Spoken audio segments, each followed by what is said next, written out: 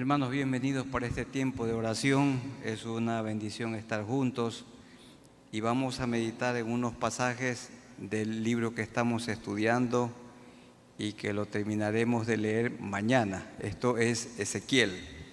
De Ezequiel tenemos dos porciones. La primera, Ezequiel 40, 1 al 4. Este es el tema del día domingo, Dios mediante.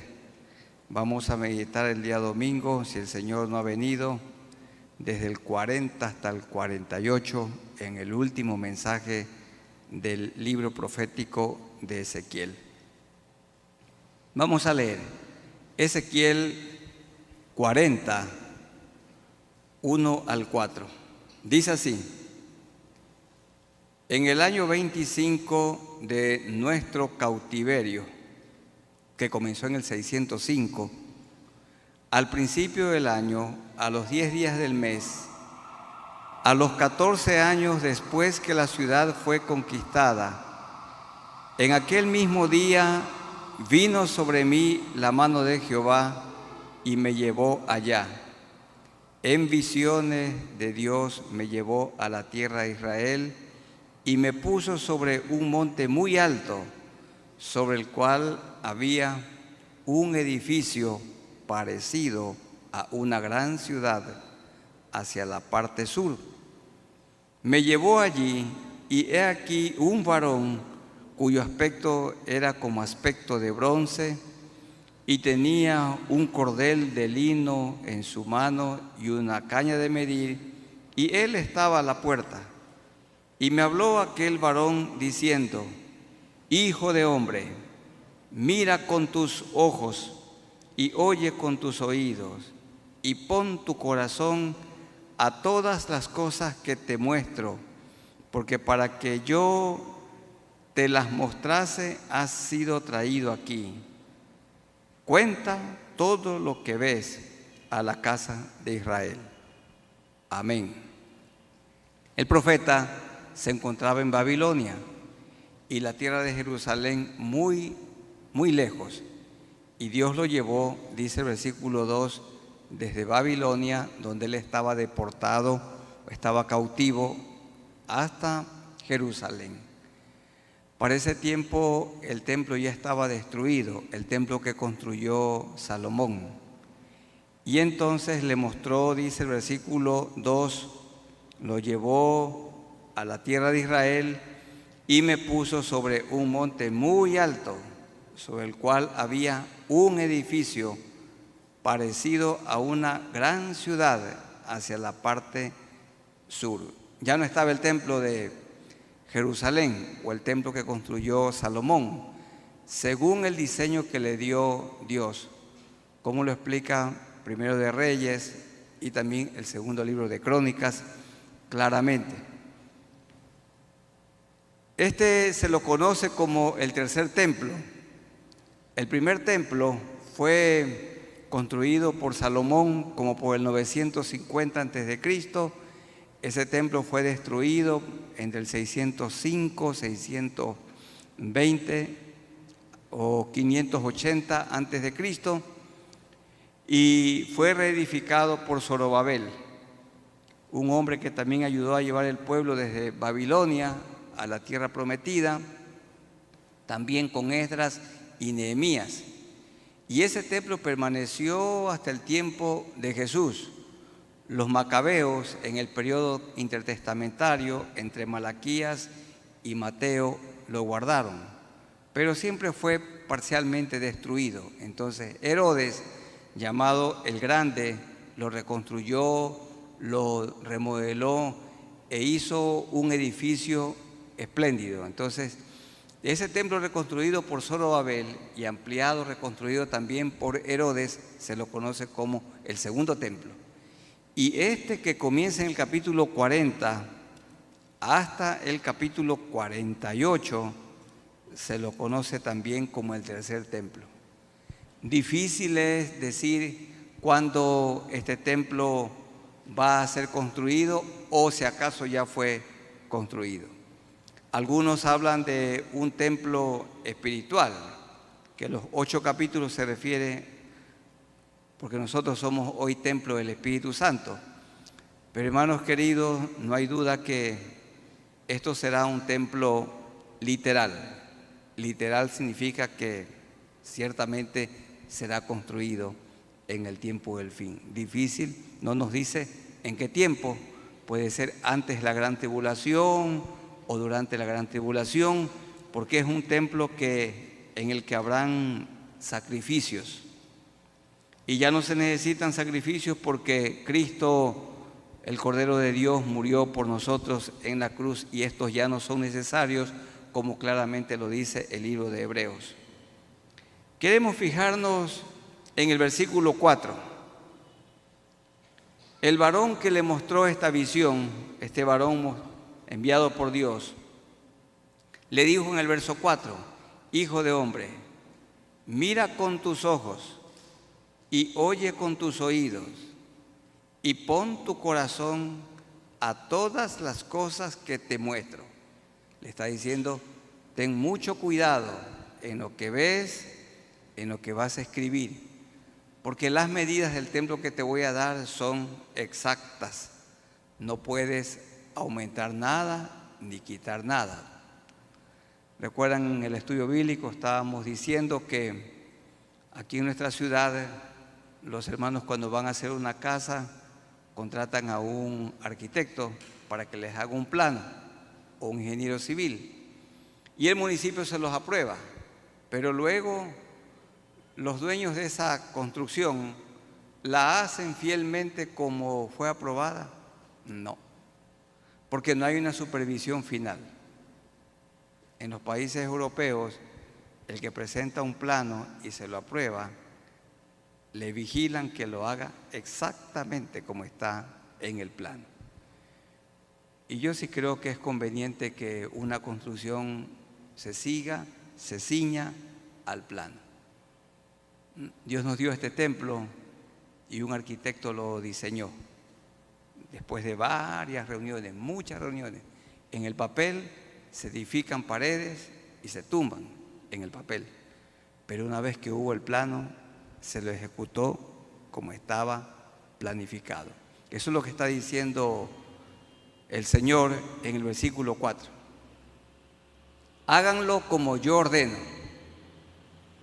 Y nosotros, hermanos, estudiantes de la palabra de Dios, tenemos que hacer tal como Dios manda, sin añadir nada y sin quitar nada.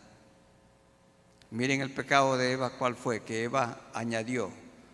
Dios les dijo a ellos como pareja, a Adán y Eva: de todo árbol del huerto pueden comer, pero del árbol de la ciencia del bien y del mal no comeréis, porque el día que de él comieren, ciertamente morirán.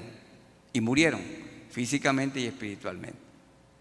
Y entonces, cuando vino Satanás, tentó a Eva y le dijo: ¿con que Dios ha dicho que no coman de todo árbol del huerto? Sí, dijo ella, Dios nos dijo así, que no comamos ni le toquemos el fruto, ni toquemos. Y Dios no había dicho ni toquemos, ni le tocaréis.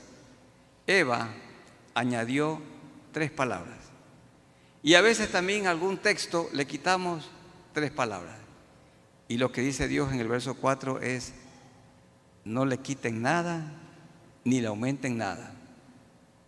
Ustedes, hermanos, los que son maestros y predicadores, yo también un maestro y predicador, tenemos nuestro compromiso con Dios. ¿Cuál es?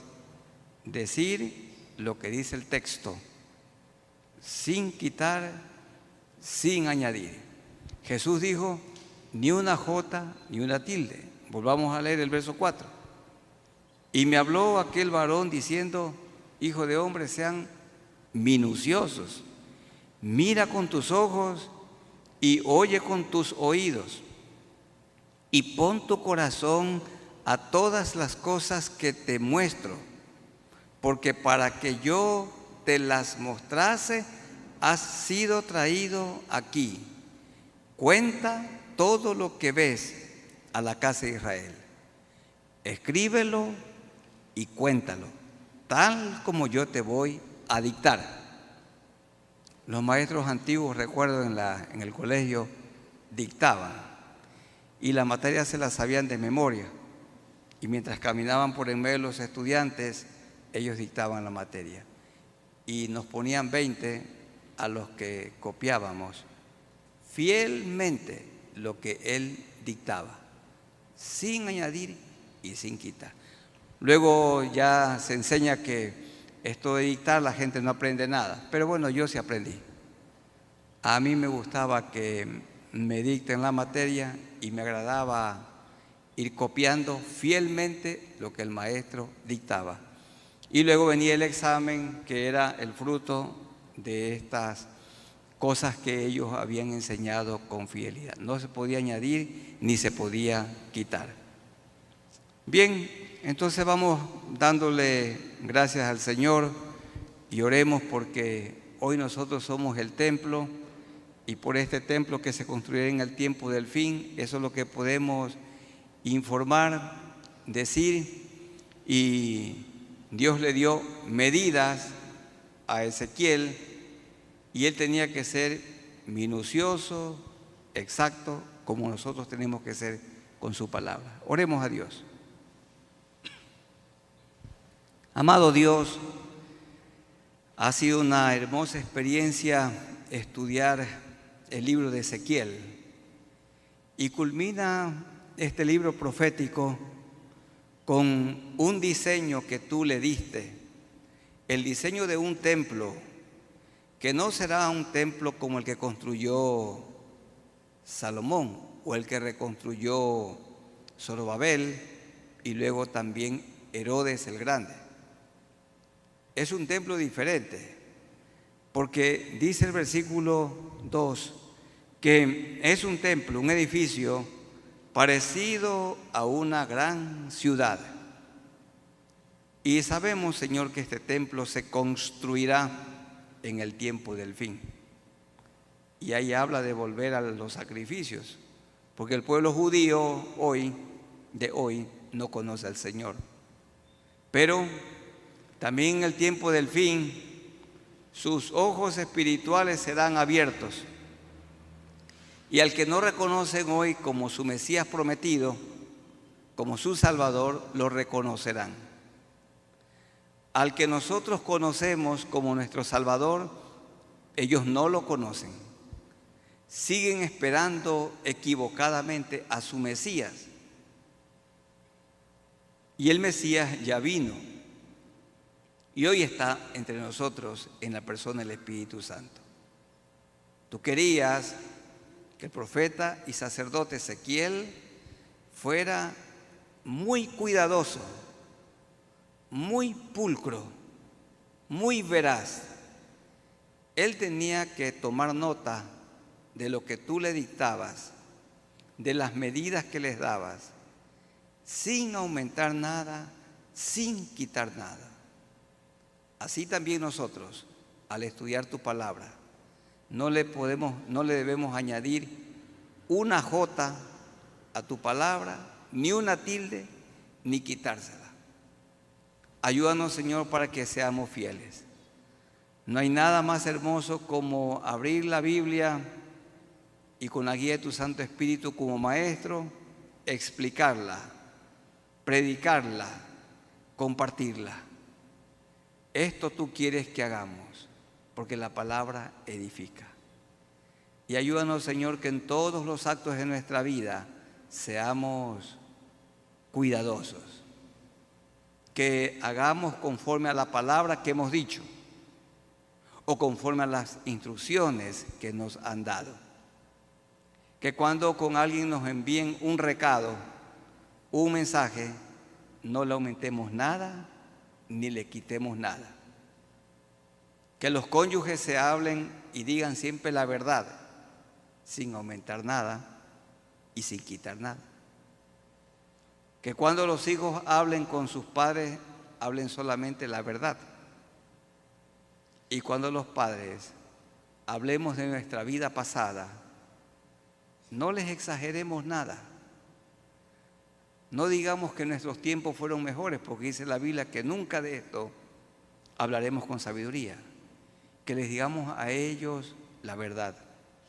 Tuvimos aciertos y también tuvimos desaciertos.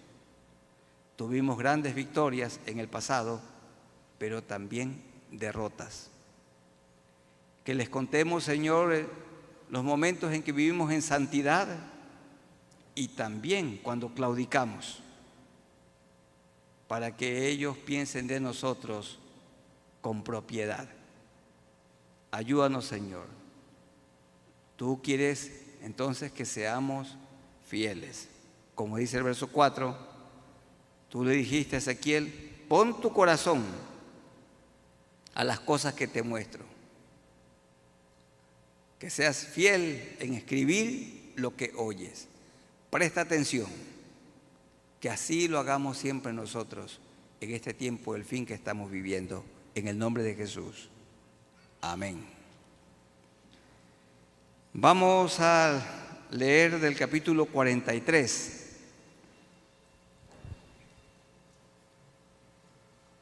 Hermanos queridos, la gloria de Jehová se separó del templo por el pecado de Israel. Y aquí en el capítulo 43 nos dice que la gloria de Jehová regresará a este templo. Pero hubo un momento cuando la gloria de Dios abandonó el templo. Veamos primero cuándo lo abandonó. En Ezequiel capítulo 10, yo recuerdo que esto fue motivo de un estudio bíblico. Ezequiel 10, 18 y 19.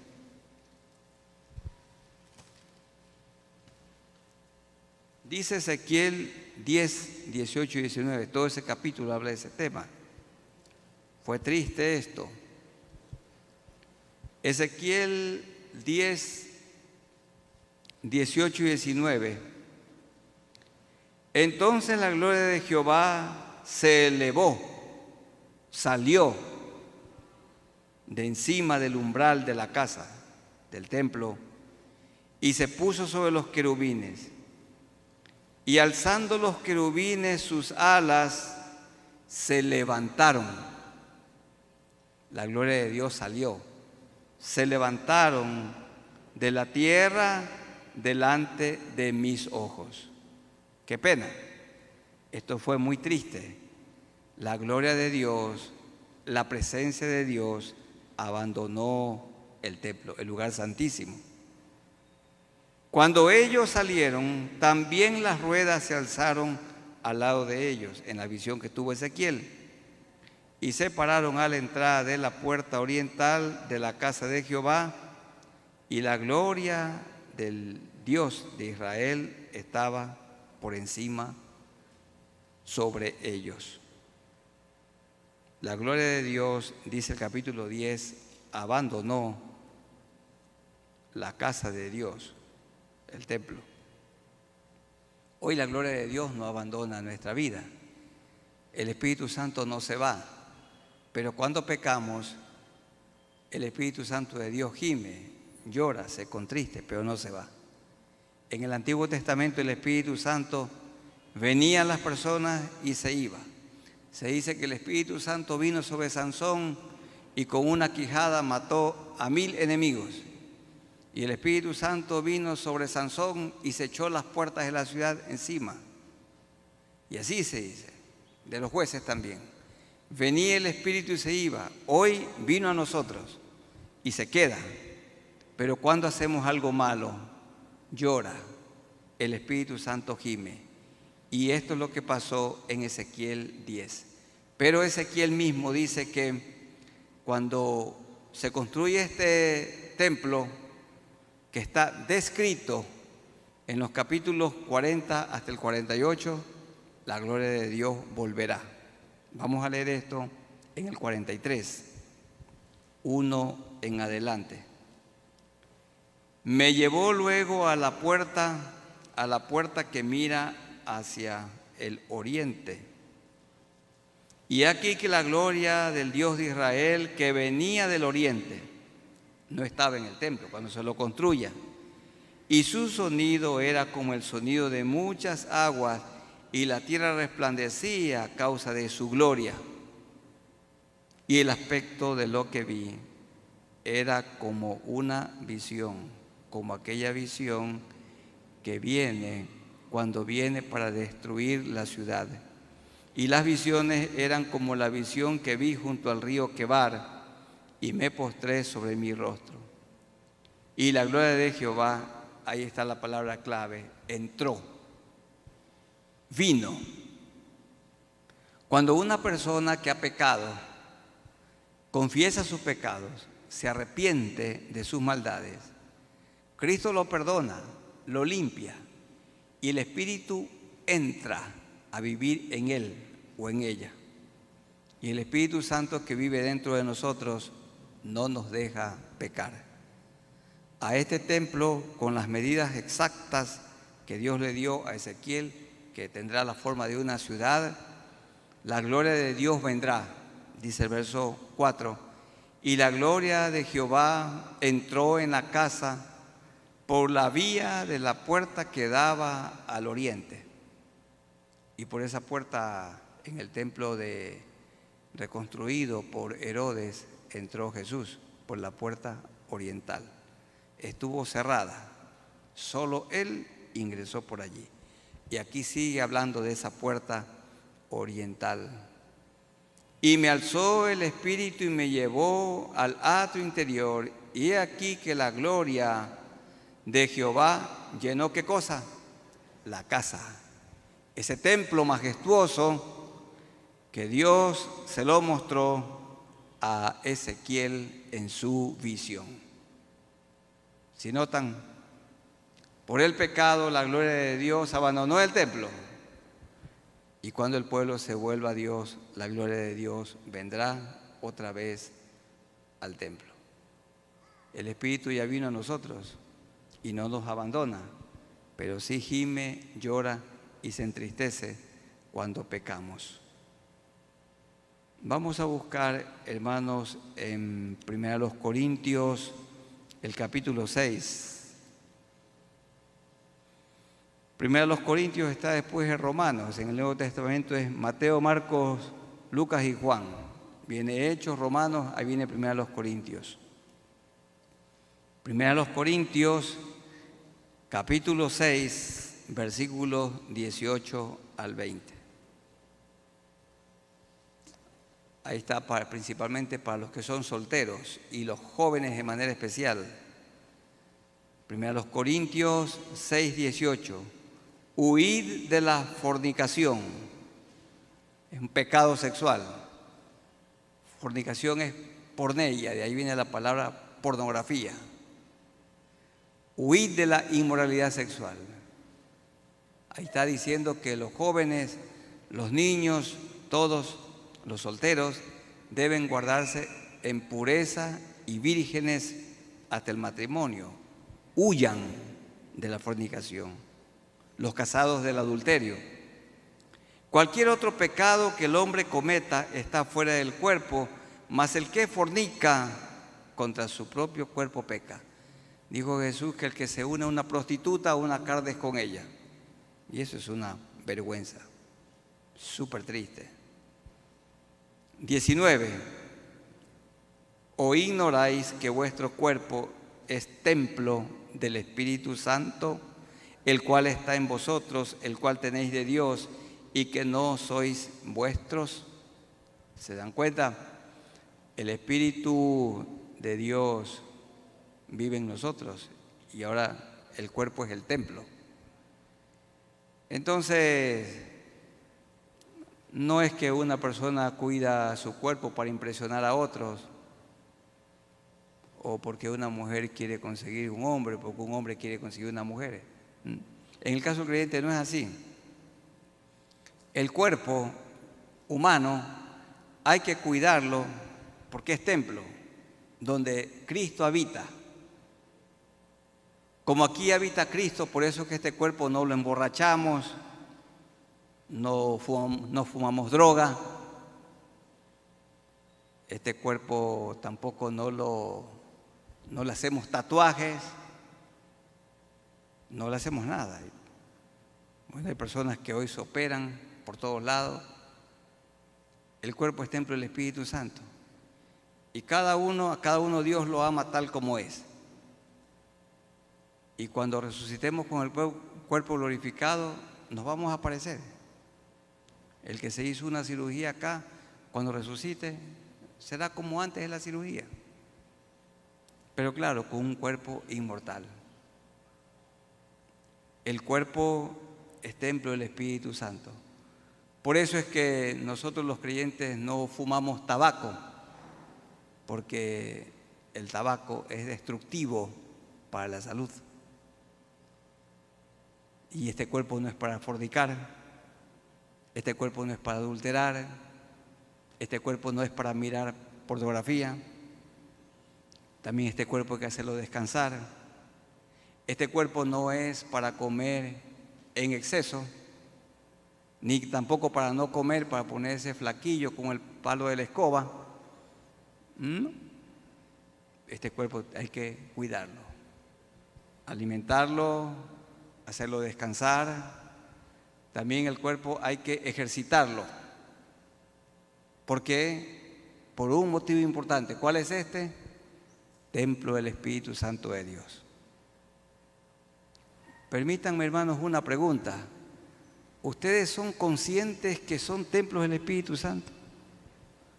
¿Reconocen que el Espíritu vive dentro de ustedes? Por eso lo cuidamos. Y por esta razón los seguidores de Cristo no tenemos ningún vicio, porque los vicios destruyen el cuerpo y también destruyen el alma. ¿O ignoráis? Dice, no ignoren que vuestro cuerpo es templo del Espíritu Santo. Por eso hay que alimentarlo saludablemente, no costosamente. La comida más saludable puede ser más económica. ¿O ignoráis que vuestro cuerpo es templo del Espíritu Santo? Hay jóvenes y adultos que se quedan hasta la 1 de la mañana mirando televisión, mirando una serie y duermen poco. Otros que comen a la medianoche. Y esto los enferma, es mortal comer en la noche. Dicen los médicos que la hora más tarde en la que un ser humano debe comer es 7 de la noche. Y los que se comen la chuleta a las 11 de la noche, a las 12, un tremendo plato de arroz con menestra, luego no pueden ni dormir. Y luego tienen no sueños, sino pesadillas. Pero el cuerpo es templo del Espíritu Santo. Otros, como no duermen, están bostezando y siempre con sueño. Mientras se canta, duermen. Mientras se ora, duermen. Y eso sí, en el momento de la oración se duermen, pero póngalo delante del televisor. Ahí puede estar el anciano, la anciana, sin parpadear todo el día. Toda la noche puede mirar. Y hay personas que les da sueño en el culto, pero se pueden mirar 5 partidos de fútbol. Cuando va a jugar su equipo preferido, ya encienden el televisor 2 horas antes. Y si es ir al estadio, se van en la mañana y el partido es a las 6 de la tarde. Hermanos queridos, terrible es esto. Miren, el cuerpo es templo del Espíritu Santo. Y dice el verso 20, porque habéis sido comprados por precio. ¿Qué precio? De sangre. Glorificad. Aquí está, gloria. Glorificad pues a Dios en vuestro cuerpo y en vuestro espíritu, los cuales son de Dios. ¿De quién es el cuerpo? De Dios. ¿Quién habita en el cuerpo? El Espíritu Santo. ¿Qué es el cuerpo? El templo. Miren, este templo se lo cuida. Es un lugar de reunión. Y si cuidamos este templo físico, ¿cuánto más este templo espiritual? Hermanos, vale la pena cuidar el cuerpo, Sí es bueno, porque dentro de nosotros habita el Santo Espíritu de Dios. Este cuerpo no es para hacer lo malo. Con el cuerpo glorificamos también al Señor. Yo les invito a que estemos de pie y oremos al Señor dando gracias por esto. Amado Dios, hemos visto que la gloria de Jehová volverá a este templo cuyo diseño tú le diste a Ezequiel. Y tu gloria, Señor, también está presente en nuestro templo, que es el cuerpo humano. Toda persona que te recibe a ti como Salvador, que pone su fe en ti, tú lo perdonas, tú lo limpias. Y tú vienes a vivir dentro de esa persona. Cuando Cristo vino a nuestro corazón, nuestra vida cambió. Y ahora el Espíritu de Dios vive dentro de nosotros. Y es el Espíritu Santo de Dios el que no nos deja pecar. Nos ayuda a vivir en santidad. Y cuando pecamos, el mismo Santo Espíritu nos redarguye, nos insta, nos inquieta para que confesemos nuestros pecados, porque tú eres fiel y justo para perdonar nuestros pecados y limpiarnos de toda maldad. Porque este cuerpo es templo del Espíritu Santo, por esto es que no lo emborrachamos, ni lo tatuamos, ni fumamos tabaco. Este cuerpo no es para la fornicación, no es para el adulterio. Este cuerpo hay que cuidarlo, porque aquí vive el Espíritu Santo de Dios. Pero ciertamente este cuerpo morirá, pero un día tú nos resucitarás, ya no con este cuerpo mortal, este cuerpo que se enferma, se envejece y se muere. Resucitaremos con un cuerpo inmortal, un cuerpo incorruptible. Se lo llama en la Escritura un cuerpo glorificado. Ayúdanos, Señor, que los que son solteros, de manera muy especial los jóvenes, como dice aquí tu palabra, huyan, huid de la fornicación. Y nosotros los casados, huid del adulterio, porque este cuerpo no es para fornicar, ni tampoco para adulterar. Ayúdanos, te rogamos, en el nombre de Jesús. Amén. Tomen asiento, hermanos. Vamos a orar por las autoridades y quiero que busquemos en Primera de Pedro, capítulo 2. Primera de Pedro 2, 11 en adelante. Primera de Pedro 2, 11. Busquen en sus Biblias.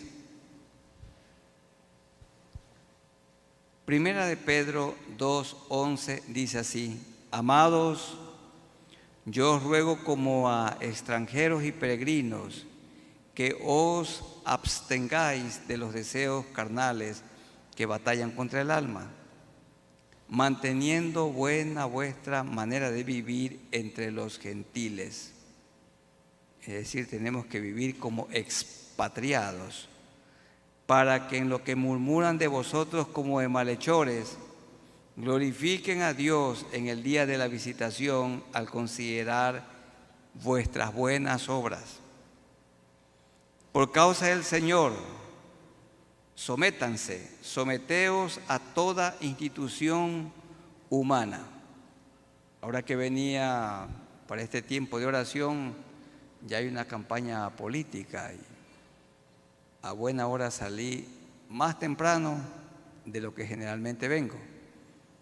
Y si no, llegaba atrasado, porque de nuestra casa acá son 12 minutos y salimos 20 minutos antes. Y ahora yo salí media hora antes y por esto pude llegar bien, pero ahí estaban los que quieren ser alcalde para el año 2023.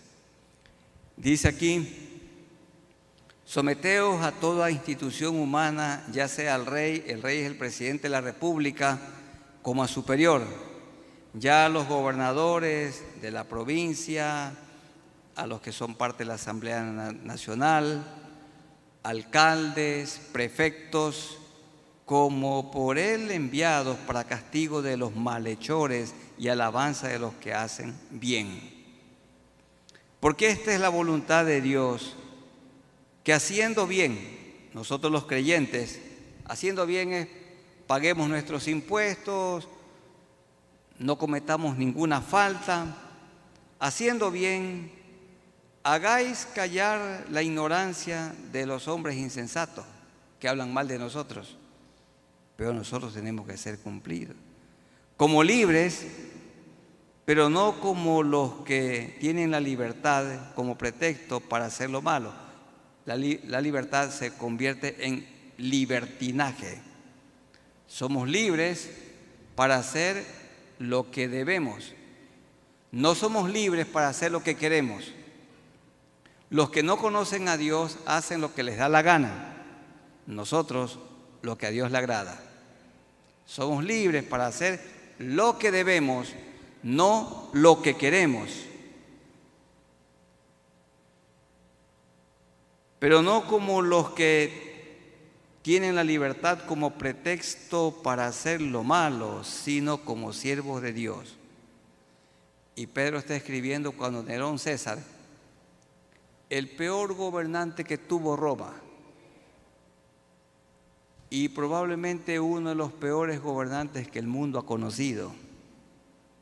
Y allí dice Pedro en el verso 17, honrad a todos. Honrad es, denle respeto. Honrad a todos. Amad a los hermanos. Temed a Dios. Honrad al rey. Es honren a Nerón César. Honren al presidente de la República, está diciendo. No importa si es de su tienda política, de su ideología política, nada de eso. No importa si es de la derecha, de la izquierda, del centro, de arriba, de abajo, eso no importa. Solamente dice, honren al rey. Esto quiere el Señor. Entonces vamos orando al Señor por los que nos gobiernan, como dice Pablo también, para que vengan al conocimiento de la verdad. Oremos al Señor. Señor, tiempos difíciles estamos viviendo en este nuestro pequeño país. Parece un país ingobernable, pero tú nos ordenas que honremos al Rey. Y esto implica que oremos por quien nos gobierna. Oramos por el señor presidente de la República, el señor Guillermo Lasso, por sus ministros, por sus colaboradores, por quienes son parte de la Asamblea Nacional. Señor, que todos ellos se pongan de acuerdo para beneficio de nuestro país. Que las diferentes tiendas políticas no estén pensando en sus logros, que ellos impresionar con algún proyecto, sino que se unan y puedan trabajar en beneficio del Ecuador.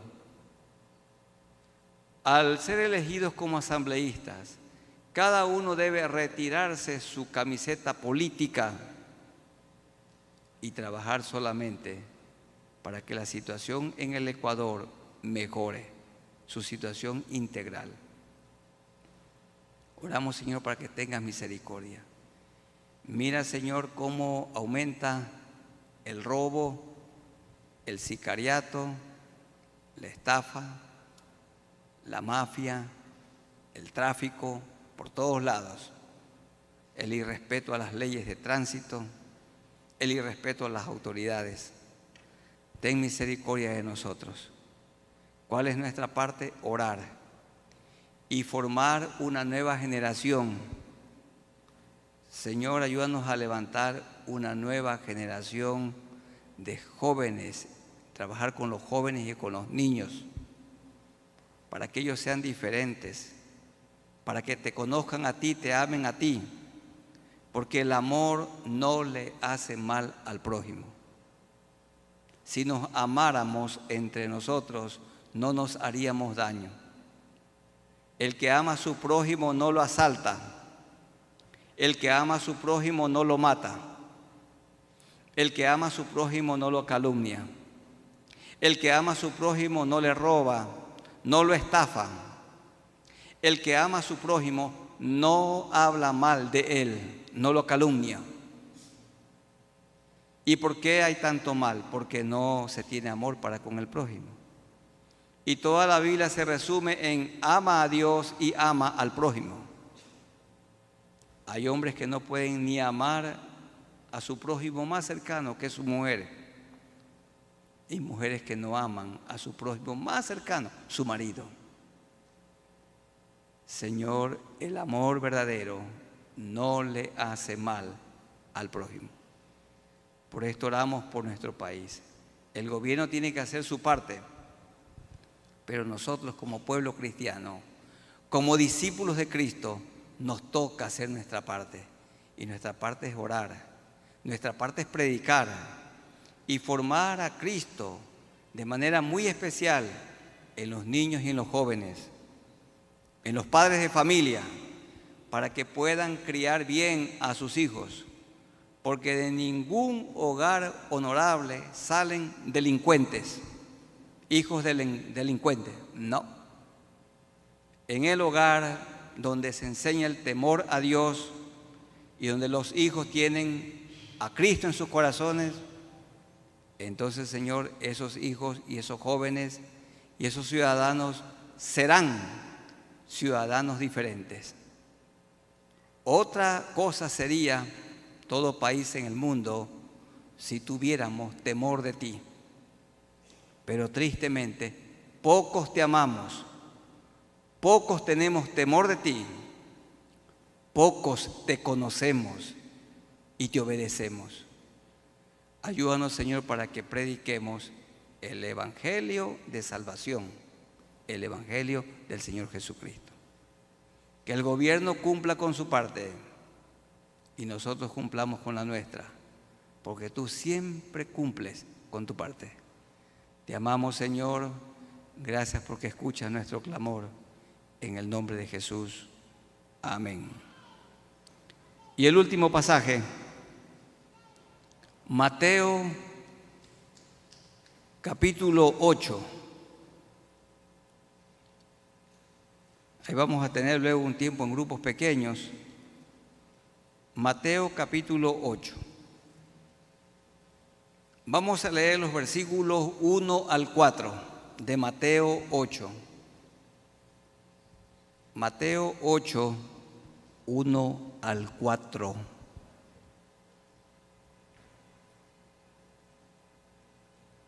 Dice así: cuando descendió Jesús del monte,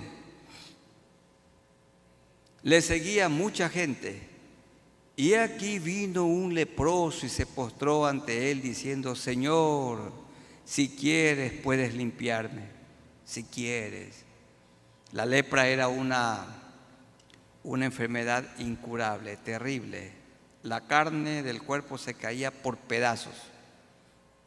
Era algo así como una gangrena. Jesús extendió la mano y le tocó. Vean lo que pasó ahora con el coronavirus. Cuando alguien se enteraba que tenía coronavirus, corría de esa persona. Y cuando se informan que tal persona tiene SIDA, hermanos, Jesús no huyó, Jesús tuvo cercanía, tocó. La lepra era contagiosa, no se debería tocar a un leproso, pero dice el versículo 3, Jesús extendió la mano y le tocó. Él no tiene asco de las personas, como a veces nosotros. Él tiene compasión. Jesús extendió la mano y le tocó diciendo: quiero. Porque él dijo: si quieres, Señor, tú puedes, límpiame. Y él dijo: claro que sí, yo quiero. Sé limpio. Y como él es Dios, y al instante, ¿qué pasó? Su lepra desapareció. Ahí al momento. Esto se llama de un solo toque. O como los jóvenes dicen, de una. No poquito a poco, sino de una. Así es Dios, con su poder. Verso 4. Entonces Jesús le dijo, mira, no lo digas a nadie, sino ve, muéstrate al sacerdote y presenta la ofrenda. Una ofrenda de amor tenía que dar, que Moisés ordenó para testimonio a ellos. Claro, la lepra hoy es el pecado. Y el Señor con su sangre limpia a toda persona leprosa. Pero también, hermanos, esta lepra era peor que el cáncer. Hoy, por la gracia del Señor y el avance de la ciencia, yo ya he escuchado muchísimos testimonios de personas que tenían cáncer y hoy están bien, gracias a Dios. Pero esta enfermedad era incurable. Y Jesús lo sanó a este hombre que vino con fe y humillado ante Él, porque nada hay imposible para Él. Y si aquí hay personas que tienen alguna enfermedad incurable, no se preocupen. Vamos a orar al Señor para que Dios lo sane. Y ustedes le pueden decir como este leproso, Señor, si quieres, tú bien puedes limpiarme. Tú eres todopoderoso. Tengo una enfermedad incurable, pero tú me puedes sanar en este momento. Vamos a ponernos de pie y vamos a orar pidiendo por sanidad por parte de Él. Él sana. Yo no tengo ningún poder curativo. El sanador es el Señor Jesucristo. Oremos a Dios. Hermoso testimonio, Señor, el de este leproso. Este leproso no tenía remedio. La lepra era, en ese tiempo, una enfermedad incurable. Era horrible. Los leprosos eran echados de sus casas y vivían en los sepulcros y se les daba algo así como un tambor con el cual hacían bulla para que nadie se les acerque y gritaban, leproso, leproso. Y este leproso se acercó a Jesús y le dijo, Señor, yo creo en ti, si tú quieres, bien puedes limpiarme. Y Jesús de una le dijo, quiero, sé limpio. Y al instante la lepra lo dejó, desapareció. Al instante fue limpio. El mismo Jesús que limpió a este leproso está aquí presente. En la persona del Espíritu Santo de Dios. Señor, yo no sé cuántos hermanos enfermos hay aquí, pero yo sí sé que hay enfermos. No sé si alguno tiene alguna enfermedad incurable, pero seguro que hay alguno, uno o más. No importa, Señor, acudimos a ti. Te rogamos, Señor, en este momento, pon tu mano sanadora. Pon tu mano sanadora sobre todo cuerpo enfermo. Mi hermano, mi hermana, allí donde está, sentado o de pie, para los que están en una clínica, en una fría sala de hospital o en su casa, o si alguno está agonizando, que pueda decirle, Señor, si quieres, tú puedes limpiarme. Si quieres, tú puedes sanarme, porque tú eres bueno y porque nada hay imposible para ti. Confiamos en ti, Señor. Aquí estamos personas que en momentos difíciles hemos experimentado y hemos sentido el toque divino y tú pusiste tu mano sanadora. Hazlo, Señor, en este momento te rogamos. Te rogamos porque eres el mismo de ayer. Tú sanas utilizando a los médicos como instrumentos en tus manos. Tú sanas usando los remedios de la farmacia. algún remedio natural, vegetal, o lo haces directamente como lo hiciste con este leproso. Una cosa te rogamos, Señor, sánalos y sánanos, porque te necesitamos. Muchas gracias porque nos oyes y te amamos, Señor. En el nombre de Jesús. Amén. Tomen asiento. Muchas gracias, hermanos. Que el Señor les bendiga y pongamos la confianza en Jesús.